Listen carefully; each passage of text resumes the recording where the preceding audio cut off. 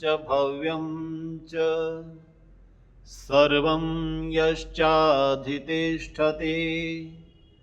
स्वर्यस्य च केवलं तस्मै ज्येष्ठाय ब्रह्मणे नमः।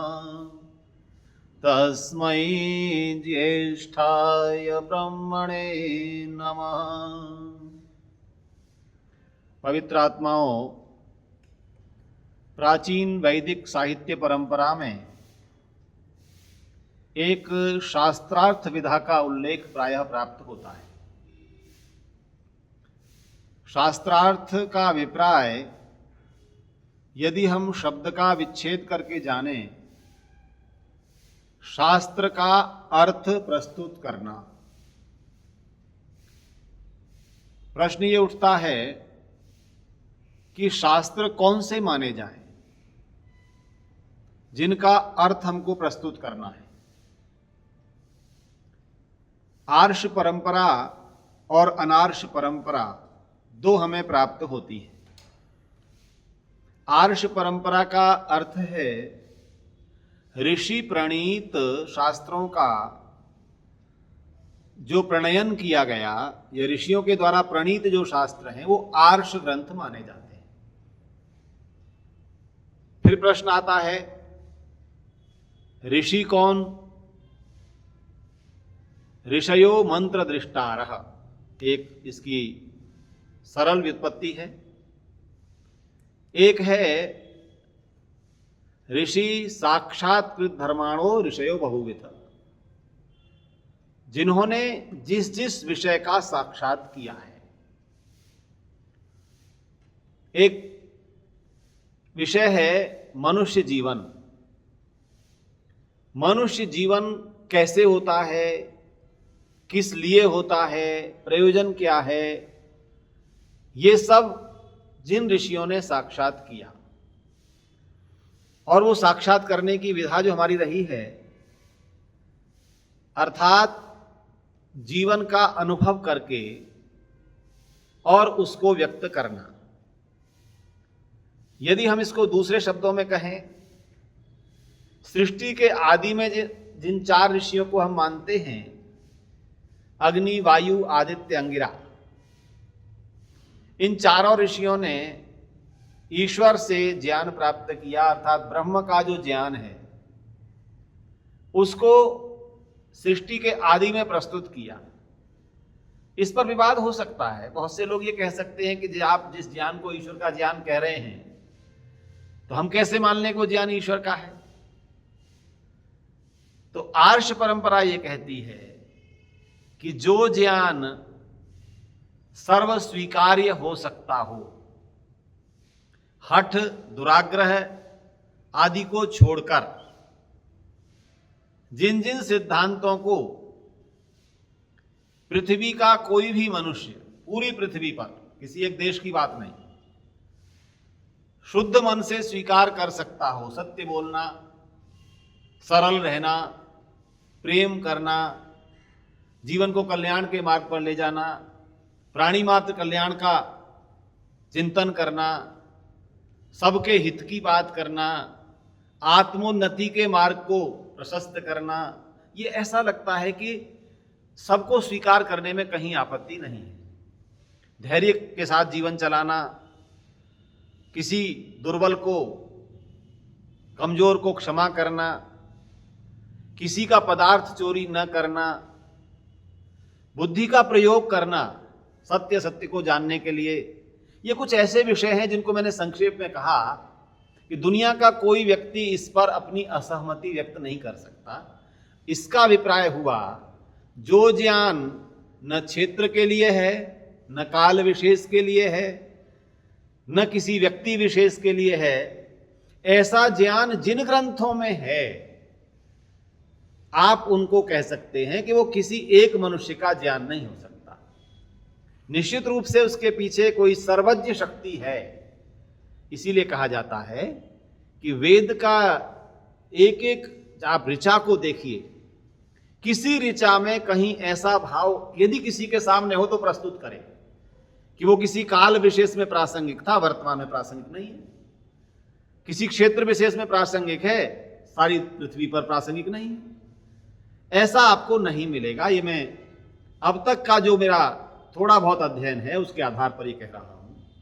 तो अब हम बात करते हैं जो ऋषि प्रणीत शास्त्र हैं, ईश्वर के द्वारा प्रदत्त ज्ञान पर आधारित शास्त्र हैं, वेदानुकूल शास्त्र हैं, उनका चिंतन प्रस्तुत करना, अर्थात जो आर्ष ग्रंथ कहे गए, जिन ऋषियों को हम ऋषि पदवी जिनको दी गई प्राचीन काल से और आज भी स्मरण करते हैं, उनकी एक विशेषता है कि वो जो अभी मैंने आपसे बातें कही उनमें कहीं बाधा नहीं आएगी। वे बातें जो सर्व स्वीकार्य, सर्वकाल, सार्वभौमिक, सार्वजनीन हैं, वो सिद्धांत ही शास्त्र के अंतर्गत आते हैं। अब एक बात आती है कि प्राचीन काल में क्या पद्धति थी। आप वेद को देखिए, छोटे छोटे उदाहरण कहीं कहीं आपको मंत्रों में मिलते हैं। कहीं पर तो विधि है, वेद में विधान है, कहीं पर निषेध है, ऐसा नहीं करना, और कहीं पर आप प्रश्नोत्तर प्रक्रिया पाते हैं। छोटा सा उदाहरण,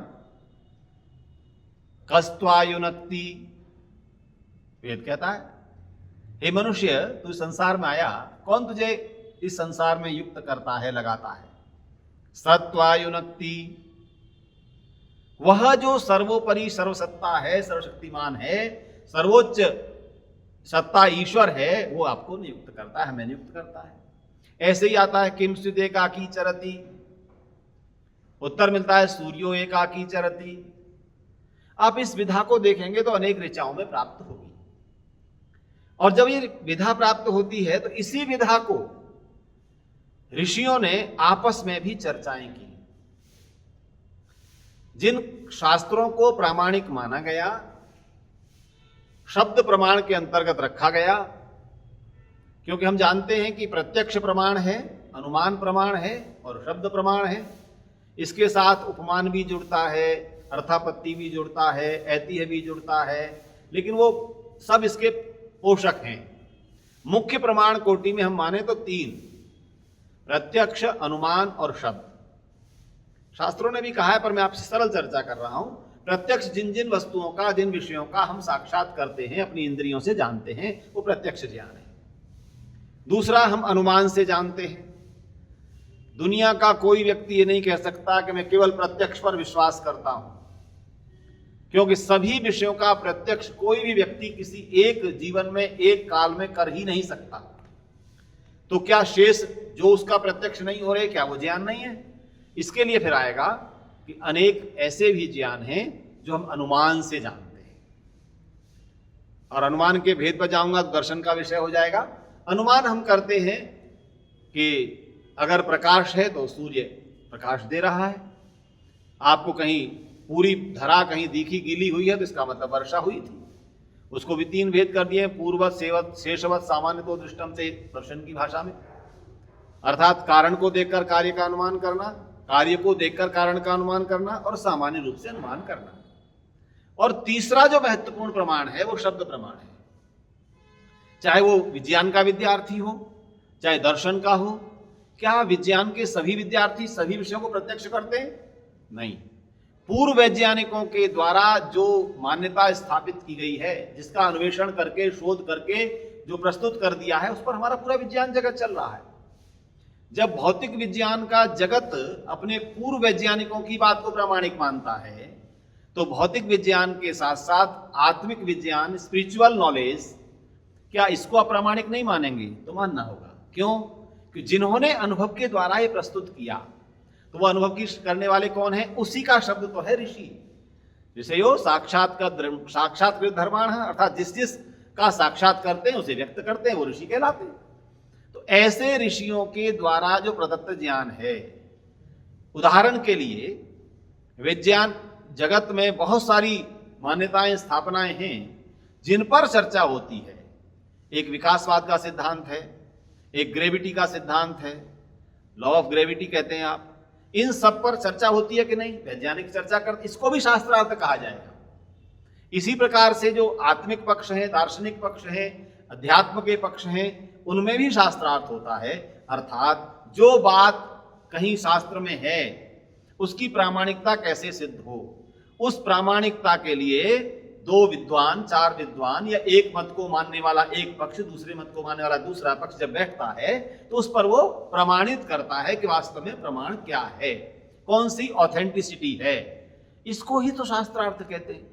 पर वर्तमान में क्या हमें लगने लगा है कि शास्त्रार्थ का अभिप्राय है जब दो पक्ष विवाद करें और एक दूसरे को अपनी बात सिद्ध करवाने के लिए प्रयास करें, उसे हम शास्त्रार्थ कहते हैं। नहीं, शास्त्रार्थ का अर्थ है वादे वादे जायते तत्वबोध।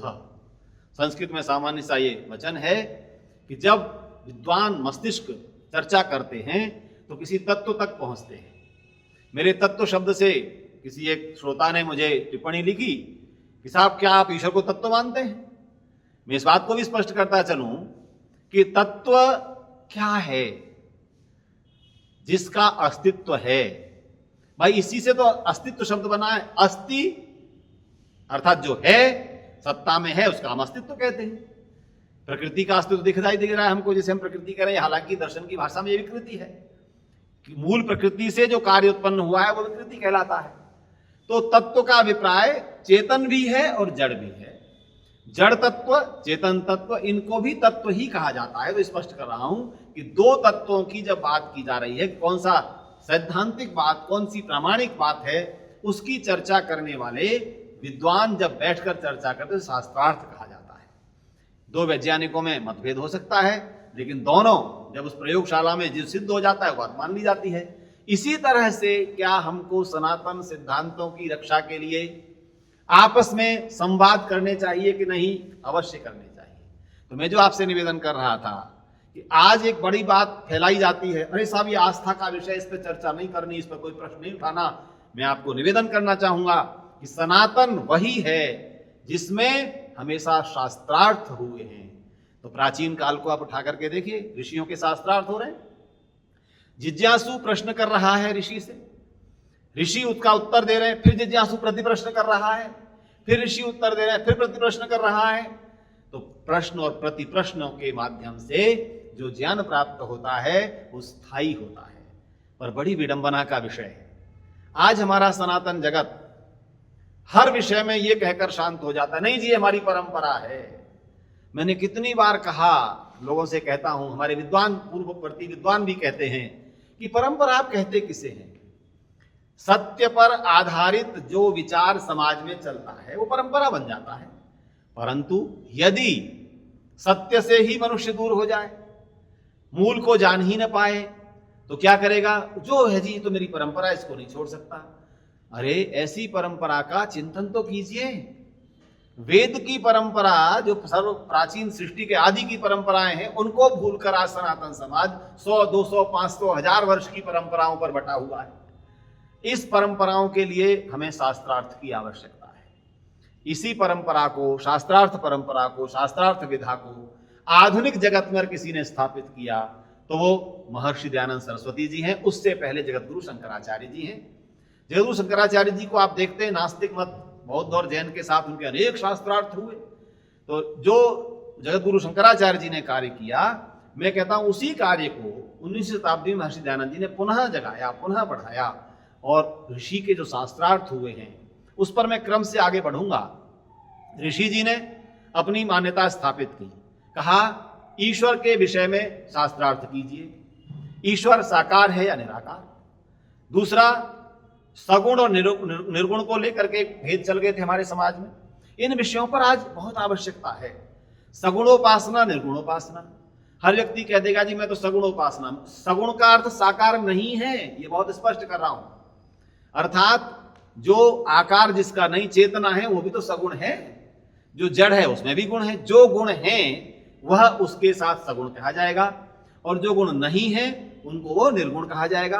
अर्थात जो गुण, सत्यवादिता, सर्वशक्तिमत्ता, सृष्टि की उत्पत्ति करता, ये सब ईश्वर के गुण हैं। तो ईश्वर को इस विषय में ऋषि दयानंद जी का कितना स्पष्ट मत है, ईश्वर की सगुण और निर्गुण दोनों अवस्थाएं हैं। इस पर आप कभी दृष्टि डालिए तो ये कब पता लगेगा? जब हम ऋषि के ग्रंथों में आएंगे। मैं ऋषि के शास्त्रार्थ परंपरा पर कुछ समय से अपने को लगाए हुए हूं। ऋषि जी ने शास्त्रार्थ किए, मैं आपको निवेदन करूं, जिनका उल्लेख लिखित रूप में प्राप्त है, ऐसे 33 विशुद्ध शास्त्रार्थ हैं जो अनेक स्थानों पर हुए। उसके अलावा प्रश्नोत्तर हैं, अनेक लोगों ने प्रश्न किए, स्वामी जी ने उसके उत्तर दिए। स्वामी जी ने कुछ प्रश्न लिख करके विद्वत समाज को भेजे, उन्होंने उत्तर दिए। फिर ये प्रश्नोत्तर प्रक्रिया चली। कई स्थानों पर वार्ता है, पादरी स्कॉट के साथ ऋषि का शास्त्रार्थ भी है, वार्ता भी है। ऐसे ही कई सारे हमारे इस्लाम के जो स्कॉलर रहे उस समय, उनके साथ ऋषि का, अब्दुल कासिम साहब हैं, उनके साथ शास्त्रार्थ है। पर ऋषि की इस शास्त्रार्थ परंपरा को मैं आपके बीच इसलिए चर्चा कर रहा हूं कि आधुनिक युग में 19वीं शताब्दी में शास्त्रार्थ की ऋषि ने बहुत व्यापक मंच दिया। और क्या दिया कि आइए पहले हम ये माने कि हम किन शास्त्रों को प्रमाण मानते हैं, फिर किन विषयों पर चर्चा करनी है। तो मैं निवेदन करूंगा कि आज सनातन को सुदृढ़ बनने के लिए आज जो वर्तमान में परंपराएं हैं और वैदिक परंपराएं हैं, इन पर शास्त्रार्थ करने चाहिए और बहुत सौहार्दपूर्ण वातावरण में करने चाहिए, प्रेमपूर्ण वातावरण में। ऋषि जी का वैशिष्ट्य बता रहा हूं, महर्षि दयानंद सरस्वती जी का जितने शास्त्रार्थ के उल्लेख मिलता है, किसी भी शास्त्रार्थ में ऋषि ने हठ और दुराग्रह की बात नहीं कही। ऋषि ने कहा देखिए मेरी ऐसी मान्यता है और आप और हम बैठ के चर्चा करते हैं और जो सत्य प्रमाणित सिद्ध होगा उस पर दोनों एकमत हो जाएंगे। कितनी बड़ी बात है।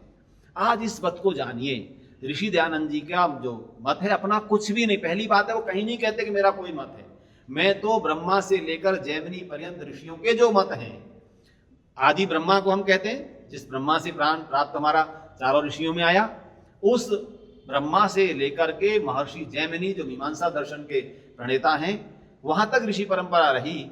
और बीच में जो हम काल देखते हैं उसमें बहुत सारे ग्रंथ लिखे गए जो मनुष्य रचित हैं और उनमें वेद के विरुद्ध मान्यताएं हैं। तो आप जानेंगे ऋषि जी ने वहां पर कोई अलग से मत नहीं दिया और ये कहा जो जो वेदानुकूल है, चाहे वो यज्ञ के विषय में हो, कर्मकांड के विषय में हो, संस्कारों के विषय में हो, आश्रम व्यवस्था के विषय में हो, वर्ण व्यवस्था के विषय में हो, आध्यात्मिक पक्ष देखेंगे, आत्मा का समाधि के विषय में हो, आत्मा की मुक्ति के विषय में हो, धर्म अर्थ काम मोक्ष विषय पर हो, सब विषयों पर ऋषि कहते हैं कि जो ब्रह्मा से लेकर जैमिनी पर्यंत ज्ञान था मैं उसकी केवल चर्चा कर रहा हूं। तो मेरे मित्रों, ऋषि को जानना है तो आइए ऋषि के ग्रंथों को आप एक बार देखें। हम केवल ये मान लेते हैं कि ऋषि जी ने समाज सुधार के कार्य किए और स्त्री शिक्षा का काम किया, अच्युतोद्धार का काम किया, मूर्ति पूजा का विरोध किया। सबसे बड़ा आरोप लगता है कि ऋषि जी ने मूर्ति पूजा का विरोध किया। उन शास्त्रार्थों पर मैं आगे चर्चा करूंगा आपसे कि ऋषि जी ने प्रतिमा पूजन पर जो वेद के तर्क दिए हैं वो कितने अकाट्य हैं, प्रामाणिक हैं, इस पर हम चिंतन करेंगे तो ऋषि को समझ पाएंगे। तो अगली चर्चाओं में ऋषि के जो शास्त्रार्थ हुए हैं, एक एक शास्त्रार्थ को लेकर 1860 में ऋषि जी गुरु ब्रजानंद जी के पास पहुंचे, 63 में गुरुवर से ज्ञान प्राप्त करके समाज में वो प्रचार में लगे और 1866 में पहला शास्त्रार्थ ऋषि जी का मिलता है और 1882 तक यानी मृत्यु से निधन जो ऋषि जी का हुआ है, निधन निर्वाण से ठीक पहले तक शास्त्रार्थ परंपरा चलती रही है। तो आइए हम इन शास्त्रार्थों के विषय को पढ़ें और वास्तव में जो वेद प्रमाणित सनातन सिद्धांत हैं, पहली बात तो आज इस समाज को बहुत बड़ी आवश्यकता है क्योंकि विश्व में सबसे प्रामाणिक, सबसे वैज्ञानिक, सबसे व्यावहारिक, सबसे उत्तम कोटि की जो मान्यताएं हैं, सिद्धांत हैं, वो वेदानुकूल हैं, वेदों के वेद सम्मत हैं, वेद के अनुसार हैं, जिसे हम सनातन कहते हैं। आइए सनातन के सिद्धांतों को जानने के लिए इस शास्त्रार्थ परंपरा पर हम आगे भी चर्चा करेंगे। धन्यवाद।